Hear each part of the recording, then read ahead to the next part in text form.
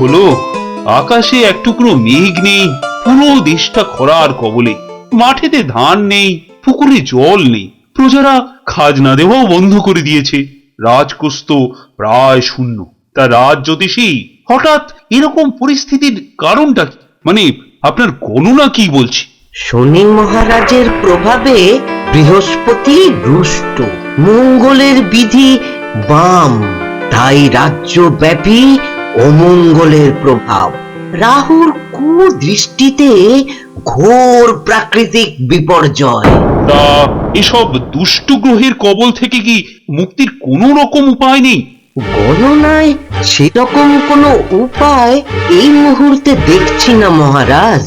নবদ্বীপের আকাশে শনি মহারাজের অবস্থান আরো মাস 6। 6 মাস? আগে হ্যাঁ মহারাজ।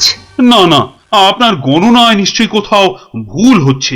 আপনি আপনি আরেকবার ভালো করে গুনে দেখুন তো। দ্বিতীয়বার গণনা নিষ্প্রয়োজন মহারাজ, আমার গণনা অব্যর্থ। মহারাজ, আজ 2 মাস কোনো বেতন পাচ্ছি না, জমানো টাকাও প্রায় শেষ। আমার অবস্থা আরো খারাপ মহারাজ। আগে তবু মহারাজের কাছ থেকে মাঝে মধ্যেই বকশিস টকশিস পেতাম, ইদানিং তাও বন্ধ। না গো গোপাল, না, আমি আমি সত্যি নিরুপায়। এই প্রাকৃতিক বিপর্যয়ে প্রজারাও যে ভীষণ বিপর্যস্ত। ওদের থেকে খাজনা আদায় করাটাও এই মুহূর্তে আর আমার পক্ষে সম্ভব নয়। ঠিক আছে, আপনারা আজ বরং আসুন, আমাকে একটু ভাবার সময় দিন।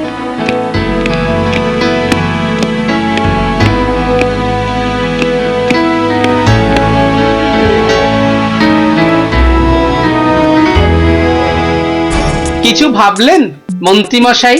কি ভাবি বলো তো গোপাল? আমার মাথায় কিন্তু একটা মতলব এসেছে। এখন আপনি যদি রাজি থাকেন তো। আমার রাজি থাকা না থাকা নিয়ে কি যায় আসে গোপাল? আসে মন্ত্রী মশাই, আসে। কারণ আমার চিন্তা ভাবনাটা আমাদের দুজনকে নিয়েই কিনা। আমাদের দুজনকে নিয়ে? মানে আমিও তোমার চিন্তা ভাবনার শামিল? হাজার হোক আমরা একই রাজসভার সভাসদ। আপনাকে বিপদে রেখে আমি একা একা পয়সা উপায়ের চিন্তা করতে পারি মন্ত্রী মশাই? লোকে বলে দুর্দিনে আসল বন্ধু চেনা যায়। আজ তুমি সত্যি আমার চোখ খুলে দিয়েছো গোপাল। তা শুনি শুনি তোমার চিন্তাধারাটা কি? এখনো আমাদের যেটুকু সঞ্চয় আছে তা দিয়ে আমরা বরং ভিন দেশে বাণিজ্য করতে যাব। বাণিজ্যে যা লাভ হবে তা দিয়ে আরো কিছুদিন চালিয়ে নেওয়া যাবে। বাহ, চমৎকার আইডিয়া। কিন্তু তে আবার কিন্তু আসছে কেন মন্ত্রী মশাই? আমরা ভিন দেশে বাণিজ্যে যাব ভালো কথা, তবুও মহারাজের একটা অনুমতির তো প্রয়োজন। সে কথা সত্যি। আমরা কাল রাজদরবারে না হয় প্রয়োজনীয় অনুমতি আদায় করে নেব মহারাজের কাছ থেকে। ভিন দেশে বাণিজ্য? অন্য সময় হলে আমি অনুমতি দিতাম না, কিন্তু এখন তো আর সে সময় নয়। তা মন্ত্রী মশাই, আপনিও? আজকে হ্যাঁ মহারাজ, তাছাড়া কয়েক মাসের তো ব্যাপার। রাজ্যে স্থিরতা ফিরলে আমরা আবার আগের মতোই। ঠিক আছে, ঠিক আছে, তবে আমারও একটা শর্ত আছে কিন্তু। শর্ত বলুন মহারাজ। যে কোনো শর্তেই আমরা বাণিজ্যে যেতে প্রস্তুত। না না, সেরকম কোনো শর্ত নয়। তোমরা বাণিজ্যে যাবে ছদ্মবেশে, মানে যাতে ভিন দেশের কেউ চিনতে না পারে যে তোমরা আমার সভাসদ। আপনার শর্তে আমি রাজি মহারাজ। আর মন্ত্রী মশাই? অবশ্যই মহারাজ, আমরা ছদ্মবেশেই যাব। আপনার সম্মান রক্ষা আমাদের কর্তব্য মহারাজ। বেশ বেশ, আপনারা বাণিজ্যে সফল হয়ে ফিরে আসুন, আমার শুভেচ্ছা রইল। অনেক ধন্যবাদ মহারাজ। সভাসদগণ, আপনারাও তাহলে কিছু দিনের জন্য নিজেরা কিছু করুন। সে কদিন দরবার না হয় বন্ধই থাকবে। তাহলে আজ সবাই আসুন।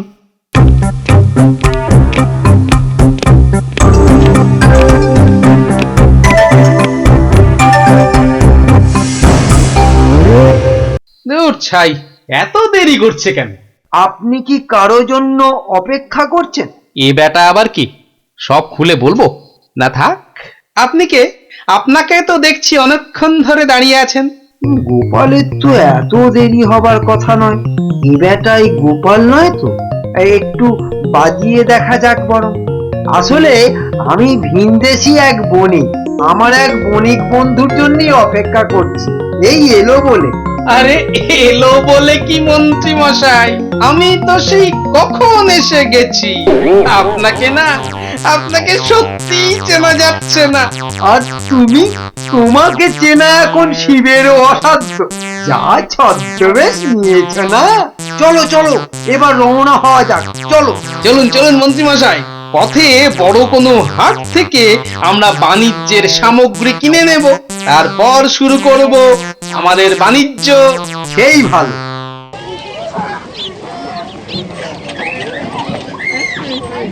সওদা তো অনেক হলো, এবার চলো গোপাল, আমরা বেরিয়ে পড়ি। কিন্তু মন্ত্রী মশাই, একই গ্রামে দুজন গেলে দুজনেরই ক্ষতি হবে। আপনি বরং বাম দিক দিয়ে গিয়ে যে গ্রাম পড়বে সেখান থেকে শুরু করুন, আমি ডান দিকের রাস্তা ধরি। ঠিকই বলেছ গোপাল, কিন্তু আমরা মিলিত হব কিভাবে?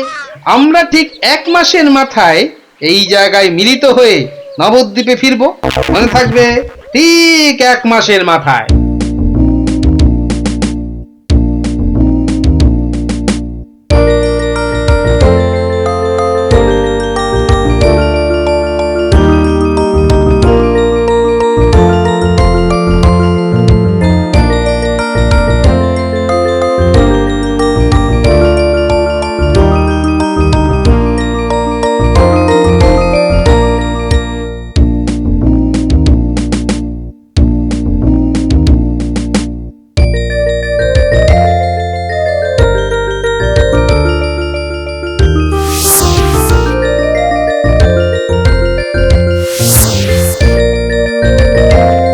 কিরকম বাণিজ্য হলো মন্ত্রী মশাই? তা মন্দ নয়। আর তোমার? ভগবানের আশীর্বাদে আমারও মন্দ হয়নি মন্ত্রী মশাই। নবদ্বীপ যাবার জন্য প্রাণটা বড়ই ব্যাকুল হয়ে উঠেছে। আমারও তাই। চলো চলো, এবার ফেরা যাক। চলুন চলুন চলুন। মনে হচ্ছে ভাঁটটা ভালোই কামিয়েছে, মনে যেরকম ফুর্তি দেখছি। যেভাবেই হোক, ব্যাটার কাছ থেকে টাকাগুলো হাতাতে হবে। কি করা যায়, কি করা যায়, কি। হ্যাঁ, হয়েছে। দেখি টোপটা ফেলে মাছ গাঁথে কিনা। শোনো গোপাল, নবদ্বীপের যা অবস্থা, তাতে আমাদের উপায়ের সব টাকা বাড়ি নিয়ে যাওয়া ঠিক হবে না, বুঝেছো? কেন কেন মন্ত্রী মশাই, ঠিক হবে না কেন? এই সামান্য ব্যাপারটা তোমার বোধগম্য হচ্ছে না? হ্যাঁ, কারো ঘরে সুখ নেই, অভাব অনটনে সবাই জর্জরিত। কোনো মতে কেউ যদি জানতে পারে আমরা বাণিজ্য করে টাকা এনেছি, তাতে বাড়িতে যে ডাকাত পড়বে না তার কোনো নিশ্চয়তা আছে? হ্যাঁ, কথাটা অবশ্য মন্দ বলেননি মন্ত্রী মশাই, কিন্তু উপায় বাকি। একটা উপায় আছে, বুঝেছো? আমরা বরং কদিনের চলবার মতো টাকা পয়সা নিয়ে যাই। কিন্তু বাকি টাকা পয়সা, সেগুলো কি করব? সেটা কোনো গাছের নিচে গর্ত করে পুঁতে রেখে যাব, কেউ জানতে পারবে না, শুধু আমরা দুজন ছাড়া। পরে সময় মতো এসে গর্তের টাকা পয়সা নিয়ে বাড়ি ফেরা যাবে। হ্যাঁ, এই কথাটা কিন্তু মন্দ বলেননি।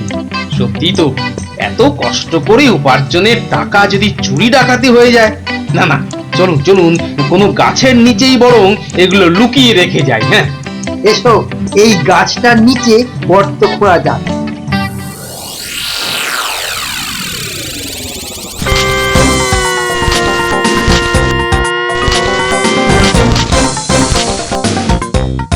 আমার সব মিলিয়ে 1000 হলো মন্ত্রী মশাই। বেশ, আমিও ওই 3000ই না হয় রাখছি। দুজনের হিসাব বরাবর রইল, কি বলো? সে তো ঠিকই, হিসেবের জিনিস বরাবর রাখাটাই শ্রেয়। চলুন এবার তাহলে ফেরা যাক। হ্যাঁ হ্যাঁ, চলো চলো।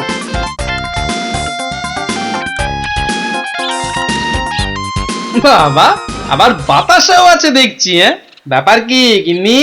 উমা, ব্যাপার আবার কি, তোমার বাণিজ্য যাতে ভালো করে হয় সেজন্য হরিখানে বাতাসা চড়িয়েছিল। আহ, প্রাণটা এতক্ষণে জুড়লো। যাই, নদী থেকে একটা ডুব দিয়ে আসি, তারপর খেতে খেতে না হয় তোমাকে সব গল্প শোনাবো, কেমন? সেই ভালো, সেই ভালো, সেই ভালো। কদিন তো নাওয়া খাওয়াও ভালো হয়নি। যাও যাও যাও, তুমি ডুব দিয়ে এসো, আমি তোমার জন্য ভাত রেঁধে রাখছি।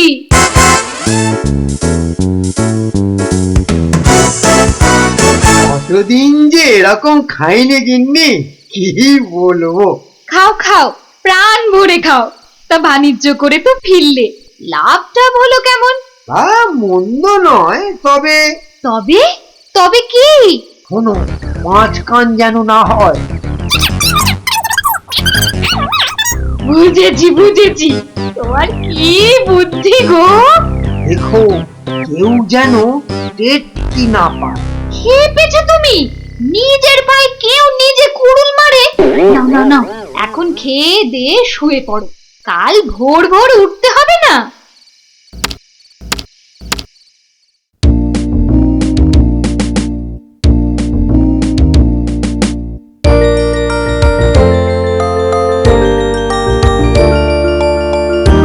কি গোপাল, বাজারে চললে বুঝি? হ্যাঁ মন্ত্রী মশাই, কদিন বাড়ি ছিলাম না তো, তাই। বেশ বেশ। শোনো গোপাল, আমরা আগে যা ভেবেছিলাম তা নয় দেখছি। নবদ্বীপ বেশ শান্তই আছে। তুমি বাজারটা করে নিয়ে এসো, তারপর দুজনে মিলে গিয়ে টাকাগুলো নিয়ে আসবো। আপনার যা ইচ্ছে মন্ত্রী মশাই, আপনি বাড়িতে থাকুন, আমি বাজারটা করে নিয়ে এসেই আপনার বাড়ি যাচ্ছি, কেমন?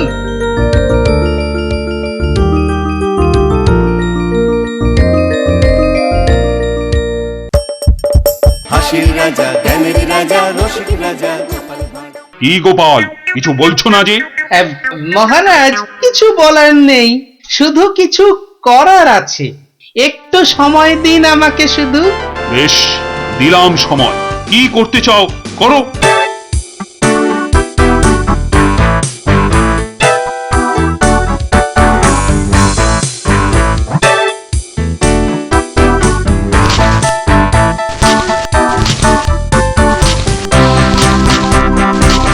কি, টাকাগুলো উদাও হলো কি করে? আরে তাই তো, কি করে হলো মন্ত্রী মশাই? কি করে হলো? টাকার কথাটা তো শুধু আমরা দুজনেই জানি গোপাল। হ্যাঁ, সে কথা সত্যি, কিন্তু এখনো সত্যি কথাটা বলো গোপাল, না হলে। আপনি কি আমাকে সন্দেহ করছেন? সন্দেহ করাটা কি অমূলক গোপাল? আপনি বিশ্বাস করুন মন্ত্রী মশাই, আমি। তাহলে তুমি সত্যি কথাটা বলবে না, তাই তো? চলো রাজসভায়, মহারাজের কাছে কি করে মিথ্যে বলো দেখছি আমি। বেশ, তাই চলুন।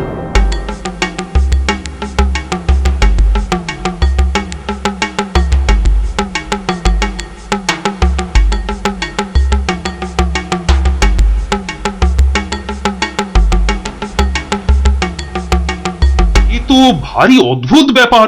তোমরা বলছো টাকার কথাটা তোমরা ছাড়া আর কেউ জানে না, আবার তোমরাই বলছো টাকাগুলো কেউ নাওনি। সত্যি রাজা মশাই, আমি আপনার সবার ভাঁড় হতে পারি, আপনাদের হাসিয়ে কিছু টাকা রোজগার করি বটে, কিন্তু বিশ্বাস করুন, চৌর্যবৃত্তি করার মনোবৃত্তি আমার একেবারেই নেই। তাহলে বলতে চাও আমি টাকাটা সরিয়ে নিয়েছি? হ্যাঁ, না, সে কথাও আমি বলছি না মন্ত্রী মশাই।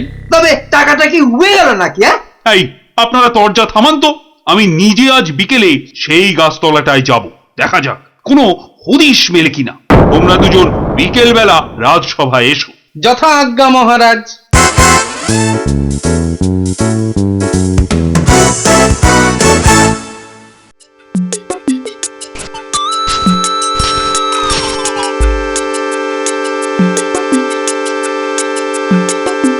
কি গো, কি বললেন রাজামশাই? মহারাজ নিজে আজ বিকালে সেই গাছতলায় যাবেন। সে কি, এখন কি হবে তাহলে? শোনো, বুঝেছি বুঝেছি, আর কিচ্ছু বলতে হবে না।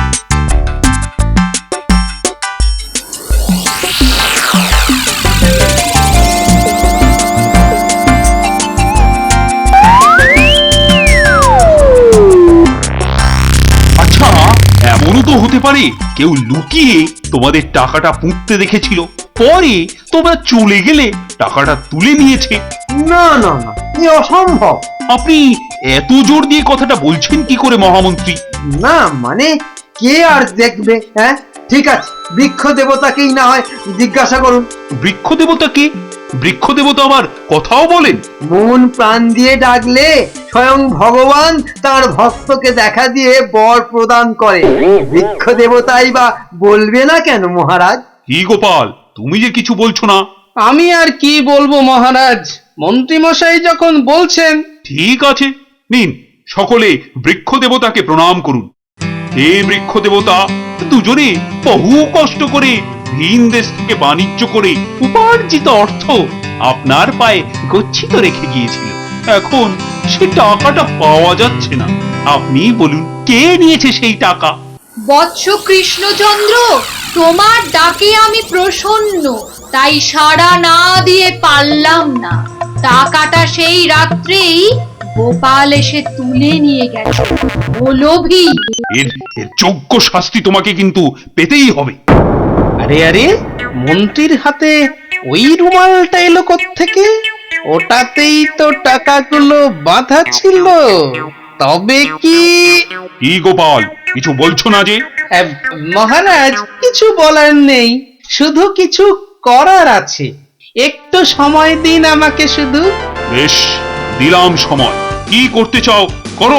ধন্যবাদ মহারাজ।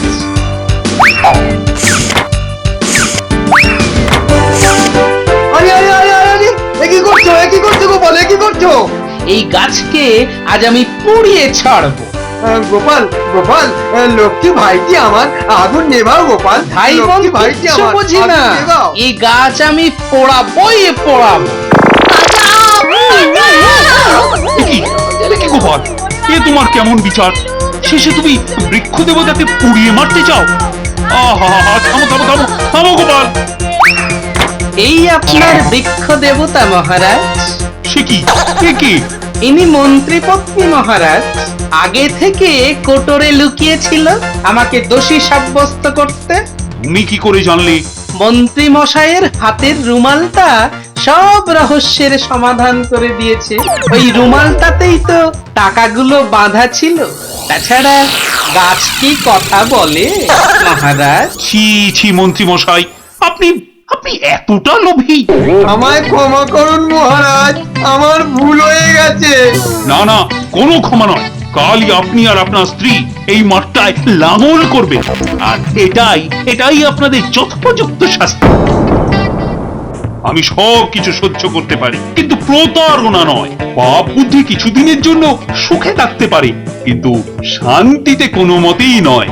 ধর্মবুদ্ধি চিরকালই শান্তিতে থাকে। সুখ নিজে এসে তাকে ধরা দেয়।